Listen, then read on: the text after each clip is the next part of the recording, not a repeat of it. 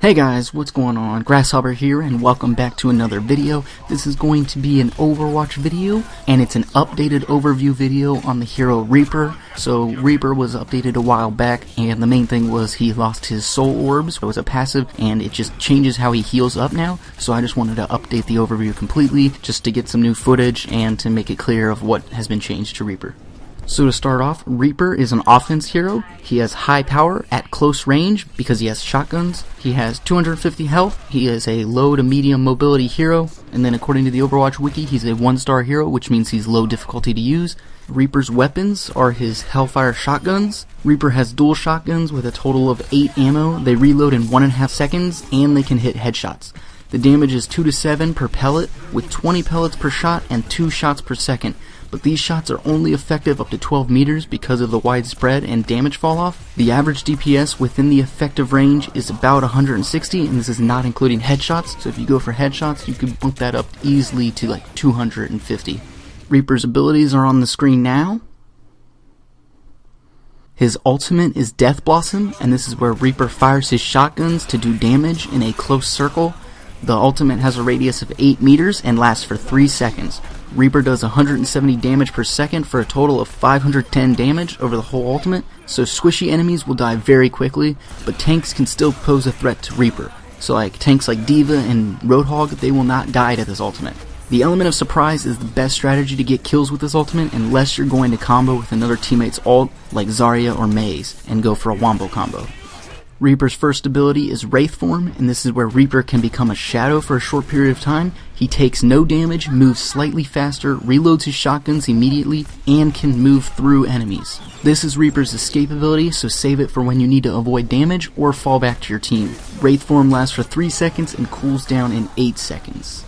Reaper's next ability is Shadow Step. This is where Reaper marks a destination on the map and teleports to it, but it only can go a certain range, and that's 35 meters. Shadow Step cools down in 10 seconds. This is a movement ability for Reaper, but it's not very effective during combat because the casting time and duration of the whole ability is pretty long at 4.5 seconds. So what that means is Reaper takes like 2 seconds to start teleporting to disappear from the spot he's standing in, and then when he reappears, he's reappearing for 2.5 seconds before he can move. So for that 4.5 seconds, you cannot move, but you can still take damage until like you actually like disappear and reappear. So the enemies can focus you, and you're pretty easy to kill. Like if you're gonna teleport, you almost immediately have to Wraith Form if you're going anywhere near enemies, or they'll probably kill you anyway. This ability can get you into a lot of great positions, but Reaper is very vulnerable when he's teleporting because of the standing still and that it takes so long. You want to only teleport to a spot that you know is safe, or you will end up being killed immediately.